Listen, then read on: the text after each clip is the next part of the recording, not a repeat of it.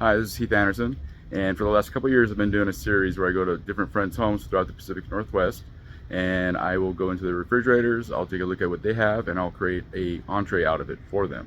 And while I was doing that, I came up with this theory of the 3-to-1 entree idea, where for every entree, you should be thinking of at least 2 different leftover meals that you can make out of it that are completely different.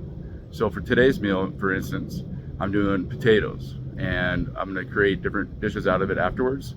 I already have some in mind, but I'm also adding steak to the potatoes, and I'll be putting the steak on top of the potatoes, or you can put them on the side. If you do put it on the side, you can use it for a salad later on, or anything else. So just remember the 3-to-1 rule as you're watching the video, and hopefully you'll create a few different meal ideas out of it and get a chance to cook those for your family.